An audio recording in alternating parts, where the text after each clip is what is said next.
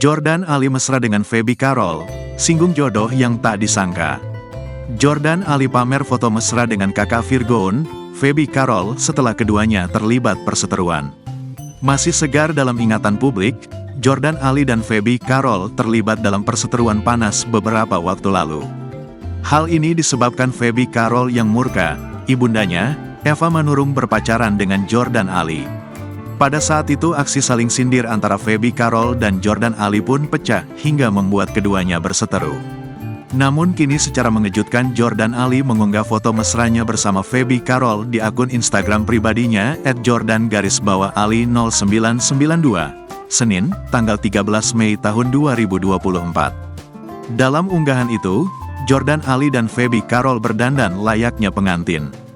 Jordan Ali terlihat mengenakan setelan jas panjang berwarna hitam lengkap dengan aksesori bunga di saku jasnya. Sementara Feby Carol terlihat mengenakan gaun putih panjang serta mahkota yang menghiasi rambutnya. Keterangan dalam unggahan foto Jordan Ali itu pun tak kalah mencuri perhatian. Pasalnya aktor 32 tahun itu menyinggung soal jodoh.